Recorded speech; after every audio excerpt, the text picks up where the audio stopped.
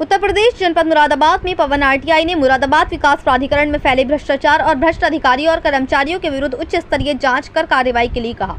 पवन RTI का आरोप है कि सीलिंग की कार्रवाई और अवैध निर्माण के ध्वस्तीकरण की कार्रवाई, इसकी गहराई से जांच करने पर यह पाया गया कि इसमें अवैध वसूली हो रही है। इसमें बहुत मोटी वसूली हो रही है। बात 2024 की करें तो 2024 में एमडीए के अधिकारियों द्वारा मुरादाबाद जनपद से अवैध वसूली के नाम पर 100 करोड़ रुपया, और बात अगर 3 साल की करें तो 3 साल में 1000 करोड़ रुपए की अवैध वसूली की गई है। तो वहीं आरोप लगाया है कि मुरादाबाद विकास प्राधिकरण के 5 बड़े अधिकारी ऐसे हैं जिनकी 5-5 करोड़ रुपए की कोठी बन रही है। वहीं आरोप लगाया कि नोएडा, गाजियाबाद, हापुड़ और एनसीआर आदि में भी इनके अवैध मकान बन रहे हैं। तो वहीं कहा कि उत्तर प्रदेश नगर नियोजन विकास अधिनियम 1973 की धारा 26D है, जिसमें यह है कि अगर कोई अवैध निर्माण होता है तो उसे प्रारंभिक स्तर पर ही रोक दिया जाए। लेकिन ये लोग ऐसा नहीं करते हैं। जब व्यक्ति की करोड़ों रुपए की लागत लग जाती है तब ये लोग नोटिस का खेल खेलते हैं, सीलिंग की कार्रवाई करते हैं और उसे अवैध वसूली करते हैं। तो वहीं आरोप लगाया कि इसमें अवर अभियंता, जेई, एई और इनके ड्राइवर भी मिले हुए हैं, जो लोग मौके पर जाकर सूचना देते हैं। अगर कोई मंत्री प्रदेश में जांच करने के लिए आता है तो फोन करके पहले ही बता दिया जाता है कि यहाँ पर दबिश पड़ने वाली है, और फिर मामले को रफा दफा करने की तैयारी की जाती है, जिनको उनके उच्च अधिकारियों का संरक्षण प्राप्त है। आरोप लगाया कि 1000 करोड़ रुपए 5 अधिकारियों में बंटाए और इसके पीछे विधानसभा चुनाव 2027 की साजिश चल रही है, और ये भ्रष्ट अधिकारी पकड़ में भी नहीं आएंगे, जैसे कि बरेली के अधिकारी पकड़ में नहीं आए। लेकिन इसमें उच्च स्तरीय जांच होनी चाहिए, क्योंकि मामला 1000 करोड़ रुपए का है। मुरादाबाद से परवेज अंसारी की रिपोर्ट।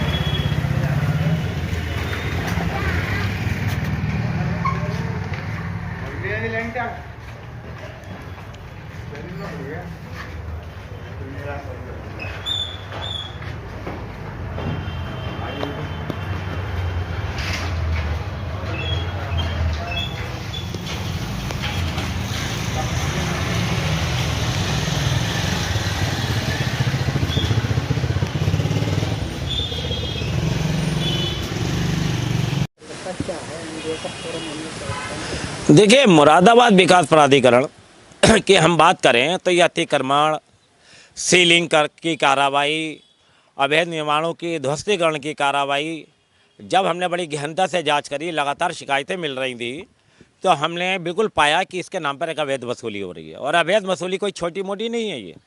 ये अवैध वसूली इतनी मोटी की जा रही है, और इतनी मोटी की जा रही है जिसका आप अंदाज़ा नहीं लगा सकते। हम बात 2024 की करें तो 2024 के अंदर एमडीए के अधिकारियों द्वारा मुरादाबाद जनपद से अवैध वसूली के नाम पे 100 करोड़ रुपया, और अगर हम विगत 3 सालों की बात करें तो 3 सालों के अंदर 1000 करोड़ रुपया इन्होंने वसूल किया है। अब मुरादाबाद विकास प्राधिकरण के 4-5 अधिकारी ऐसे हैं जिनकी 5-5 करोड़ की कोठी बन रही है, जिन्होंने बेनामी संपत्ति इकट्ठी करी है। अब ये खौफ कैसे पैदा करते हैं? बेनामी कहाँ पे इकट्ठे कर रखी है? आप ये आरोप लगा रहे हैं कि किस जगह पर इनकी बेनामी है? देखिए, एक तो इनके पैतृक निवास जहाँ पर ये लोग रह रहे हैं, वहाँ पे इनकी कोठियाँ बन रही हैं, और दूसरा नोएडा सर्किल है, गाजियाबाद है, हापुड़ है, जहाँ पर इनके मकान बन रहे हैं, और एनसीआर में बन रहे हैं। ये किसके बनना नाम बताएंगे? देखिए, नाम को तो मैंने बदला दिया। मुरादाबाद विकास प्राधिकरण के 5 बड़े अधिकारी। अब 5 बड़े अधिकारी में कौन शामिल हैं, आप मीडिया वालों से कुछ छिपा नहीं है, ये लोग आप भी जानते हैं। अब बात करते हैं, देखिए किस प्रकार अवैध कमाई हो रही है। अवैध कमाई का सीधा सा फंडा इन लोगों में ये है, उत्तर प्रदेश नगर नियोजन विकास अधिनियम 1973 की धारा 26D है। ये विधानमंडल में प्रस्ताव जब पारित हुआ था, उसका सा सीधा सा फंडा था भ्रष्टाचार न पनपे पाए। तो उसके अंदर ये होता था, कहीं भी अतिक्रमण की शिकायत मिलती है, कहीं भी अगर आपको लग रहा है कि अवैध निर्माण हो रहा है तो प्रारंभिक स्तर पर ही रोक दिया जाए। पर ये लोग नहीं करते। जब लोगों की करोड़ों की लागत लग जाती है तब ये जा करके नोटिस का खेल खेलते हैं, सीलिंग की कार्रवाई करते हैं, उसमें अवैध वसूली करते हैं।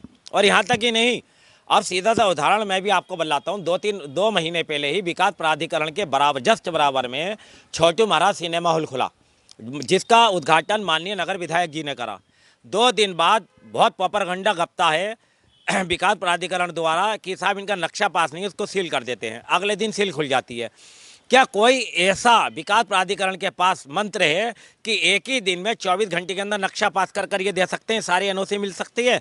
ये पूरी मीडिया जानती है, विभाग भी जानता है, संभव नहीं, असंभव है। अच्छा, ये जब जाता है तो जब क्यों ना रोक पाते? देखिए मैंने बताया ना, उसके अंदर ये है कि ये है इसमें तो देखिए अवर अभियंता है, जेई, एई और यहाँ तक कि इनके ड्राइवर भी मिले हुए हैं, जो लोग मौके पर जाकर के सूचनाएं देते हैं। अगर मान लीजिए उच्च स्तरीय कोई जांच आती है, कोई मंत्री अगर प्रदेश में जांच करने आता है तो फ़ोन करके पहले ही बता दिया जाता है कि वहाँ दबिश पड़ने वाली है, मामला लिख पोल हो जाता है और फिर मामले को रफा दफा करने की तैयारियाँ की जाती हैं। इसमें जेई भी मिले हुए हैं। मैंने कहा ना, जेई एई सब मिले हुए हैं, यहाँ तक कि इनको तो संरक्षण प्राप्त है, इनके उच्च अधिकारियों का प्राप्त है, चाहे वो जनपद स्तर पे हो चाहे वो मंडल स्तर पर हो। मैं नाम नहीं ले रहा हूँ, समझदार सब हैं और सारे अधिकारी इस बात को जानते हैं। ये 1000 करोड़ रुपए किसके खाते में आ रहा है? देखिए 1000 करोड़ 5 अधिकारियों में आपस में बंटा है। और सबसे बड़ी बात, मुझे तो ऐसा लग रहा है कि इसके पीछे एक दूसरी साजिश चल रही है 2027 विधानसभा चुनाव की। जैसे कि पूरब में आपने काफ़ी बड़ा रैकेट पकड़ा, तमाम अधिकारी उसमें शामिल थे। बरेली के अंदर एक इंस्पेक्टर साहब दीवार फूंद के भागे, उनके यहाँ 15 लाख रुपए मिले। इसी प्रकार एक जनादेश की एक माहौल जो है सरकार के खिलाफ पैदा किया जा रहा है इन भ्रष्ट अधिकारियों द्वारा। कहीं ना कहीं तुम्हारा इशारा ये भी है, जब एक अधिकारी भाग सकता तो यहाँ के भी अधिकारी कहीं ना कहीं भागेंगे। और देखिए भागेंगे नहीं, ये तो कहाँ भागेंगे, पकड़ में भी नहीं आएंगे। जैसे वो बरेली वाले पकड़ में नहीं आए, बिल्कुल पकड़ में नहीं आएंगे। पर एक जांच उच्च स्तरीय होनी चाहिए, क्योंकि मामला कोई 150 करोड़ का नहीं है, 1000 करोड़ रुपए की अवैध वसूली का है।